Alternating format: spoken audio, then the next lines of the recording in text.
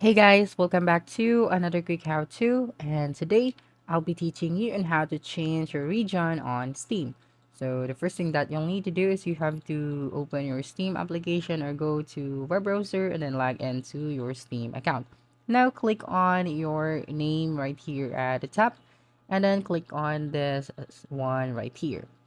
Okay, and you'd be able to see here your account details. So here when you go ahead and go to the country under the location, you'd be able to see the different countries. So when you click one of this, you'd be able to change your region. Now click on the state province to choose your state or province, and then click on the city. So after that, you would be able to save these changes right here. And when you go back to your profile, you'd be able to see that the flags of your profile or the region has been changed.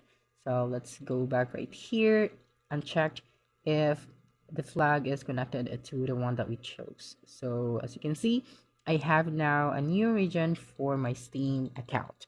So that's a wrap. Don't forget to like, subscribe, and hit the notification bell for more quick how-to videos next time. Adios.